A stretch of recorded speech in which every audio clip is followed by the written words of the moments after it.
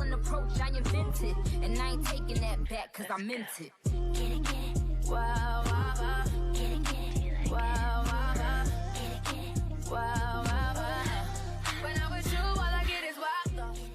Hey you guys, as you see, I am back with a book review, and if you have not already, hit the subscribe button. Make sure you hit that button so you can be able to see all my videos and things I'm uploading, right? So listen, as y'all see, this is a book review. And the book I'm reviewing is Bad Wives, right? And it's by ZW. Listen, this book was absolutely crazy. And it was crazy in a way of like, you never knew what was coming next type crazy.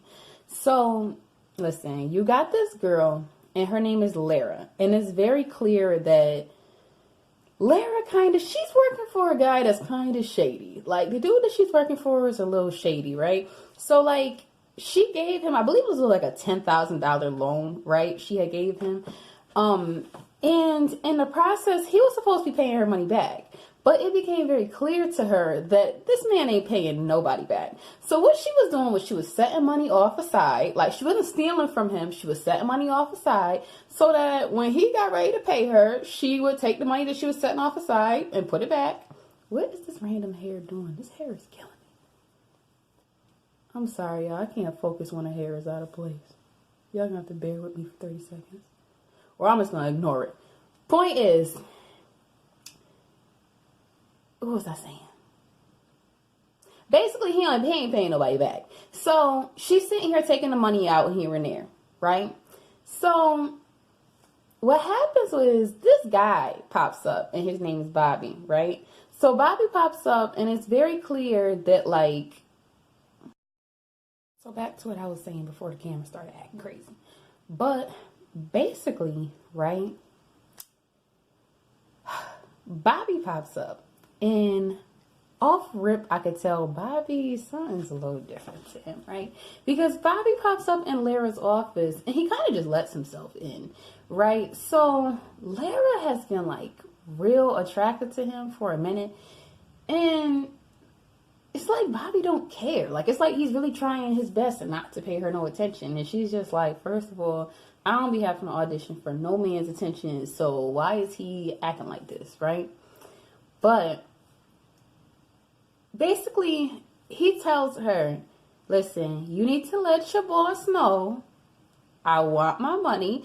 And he tells her something in like a little cryptic way of like, let him know I ain't playing. So she waits till Bobby leaves. She's calling him. Her boss is not answering the phone. I can't remember who she got in contact with, whether it was like one of his neighbors or something. She got in contact with somebody and they basically told her, look, he ain't coming back. Like, he packed his shit, he left town, he's not coming back. So now she knows, okay, something crazy is going on. So she tries to ride past her office again, right? Because she's like, let me see if I can go into the safe, get my money, and I can leave. Because my money ain't getting caught up in his nonsense, right? So when she rides by, she sees a bunch of cars and stuff outside. So she's like, let me try and sneak back in, right? So she sneaks back in. She's in the process of opening her safe. She gets like the money, puts it into a garbage bag, and she's trying to sneak off. But the problem is the men come back. So now she's hiding behind these boxes, and I'm sitting here scared as hell for her. I'm like, girl, you're going to get caught. You're going to get caught. And like, basically the men are all fooling around. They even at one point start looking in the boxes that she's right next to. I'm just panicking the whole time because I'm like, you know what, sis? I have to take this loss. You're about to get caught. She doesn't get caught, right? Bobby comes back and it's clear these are like his little henchmen. Like, he told him what to do type of thing. But when Bobby like finally has this dude come, like they had this dude come for Bobby so he could open the safe. Because they're trying to sit here and bang it open, throw it against the wall and stuff. They're doing all types of stupid stuff that men do. So the guy opens the safe and the money's obviously gone because Lara has it. So she comes out of hiding and she basically lets Bobby know, like, look, I'm going to let you know now. This is my money. I didn't steal it. I understand you got your little problems with him, but this is my money. And Bobby's like, well, you heard the saying, like, finders keepers. And she's like, okay, have you heard the saying, like, if I can't have it, nobody can? So I'm thinking she flexing, right? I'm like, girl, you ain't going to do nothing. She Shorty does something. I don't want to spoil what she does, but Shorty does something. So then it gets to the point where she and Bobby kind of get close or whatever, like physically they get close. So now she's panicking. Even though she's always been so attracted to him, now she is panicking mad bad. So she decides to run off. She leaves and she decides to just go to this bar. She runs entirely past her damn car. I'm like, girl, you can't be that nervous. But she runs all the way past her car, goes all the way to this bar, and then she starts having drinks, right? She's trying to walk out of the bar, and basically she gets yoked up. She feels like she's getting kidnapped. And they're driving her. There's this guy named Jason, right? So he was one of, like, the people that was working for Bobby. And, like, it was very clear that Jason did not like her. Like, he made it so clear in so many different ways that he didn't like her.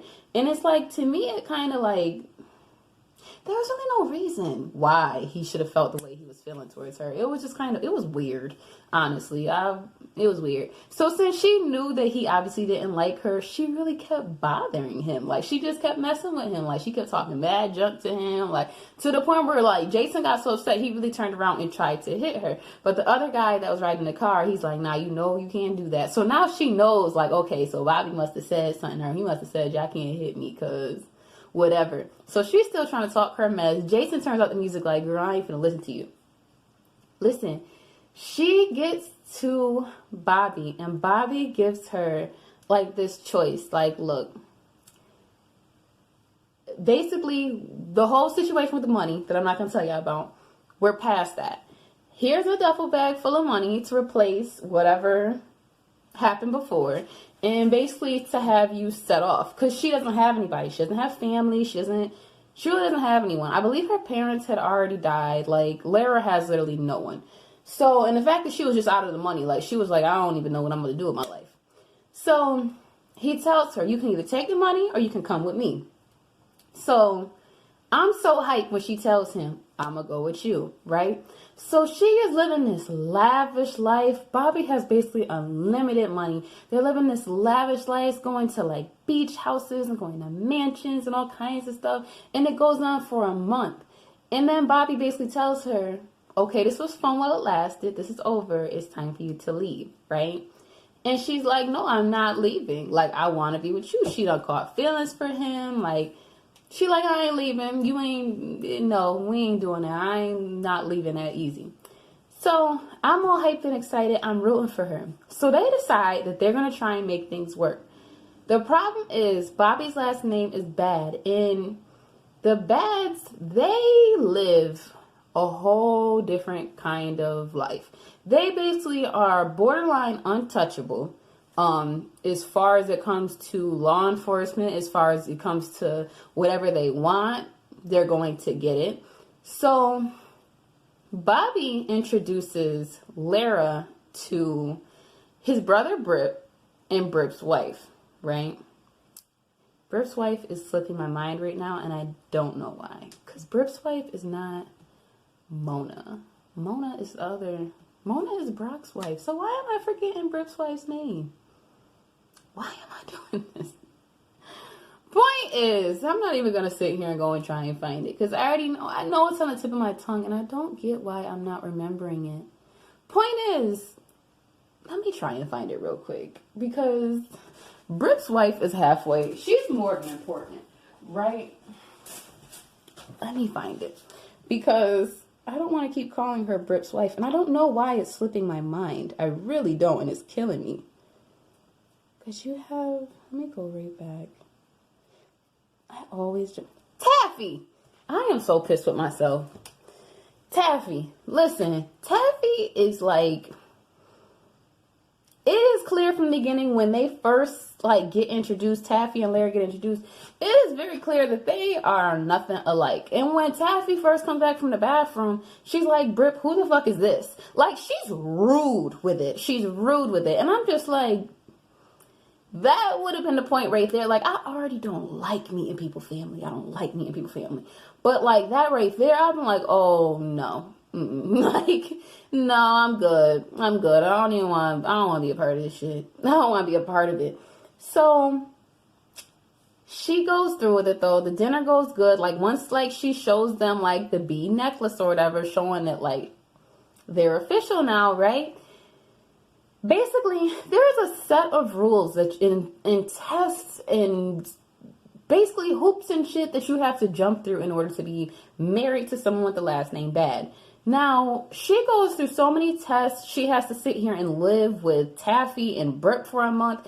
And to me, it was just like, there were certain points where I was just like, girl, how much are you willing to go through for loving Bobby? Like, it just was to the point where it was just like, Brooke's attitude is disgusting. Taffy's behavior at sometimes and her attitude is disgusting. And it just, there were some points in the book where I was just like, damn, I don't even know if I feel comfortable reading it, because it was to the point where it was just like, yes, there really are people out here that are like that. It just was, their behavior was just, like, there was a point where, like, they were at the restaurant and Britt got mad over something. He picks up a damn glass and throws it at the waitress. Like,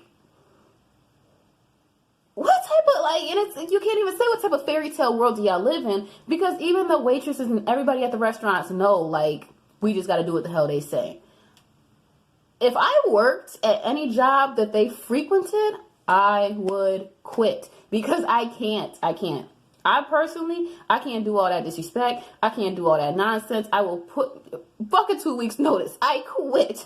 As soon as I saw them coming out, I'd be like, no, I'm out. Because their mouth is really that crazy and it's really that reckless. And the thing is, Taffy is supposed to be showing Lara, like, oh, this is how the life goes and this and that. But it gets to a point where it's clear Taffy has her own demons and problems that she's dealing with when it comes to Brooke. And I kind of didn't understand how Lara wasn't seeing it and connecting the dots. Like, at one point, Lara was kind of getting it, but then at the same time, it was like, as soon as she started to figure something out, I'm like, damn, girl, you slow. Because I would have called Bobby, like, listen, you can come get me. It's been fine while it lasted, but it was just a little too wild for me. I couldn't have been Lara.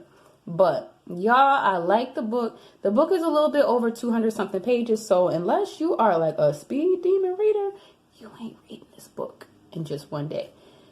So, y'all let me know what y'all think about the book. I am going to leave all of the information down below so y'all could find it. I am trying to remember if this book was on Kindle Unlimited or not. And I feel like, I don't remember. I don't think it was. I'll put it down below to let y'all know if it was or not. But for now, as you guys know, I am out.